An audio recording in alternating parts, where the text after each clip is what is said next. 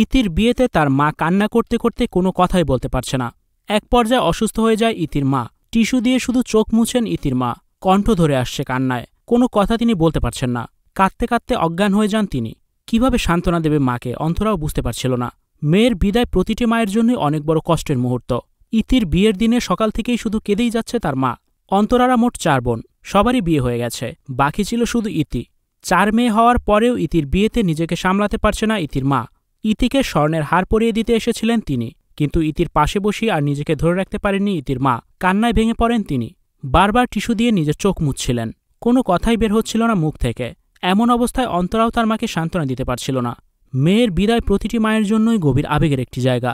ইতি যখন বিদায় নিয়ে চলে যাচ্ছে, তখন ইতিকে জড়িয়ে ধরে চিৎকার করে কাঁদেন তার মা।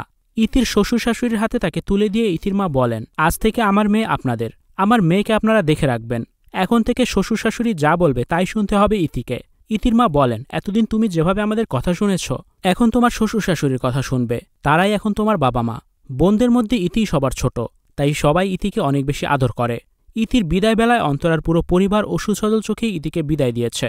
সবাই কান্না করেছে ইতির বিদায়ের সময়।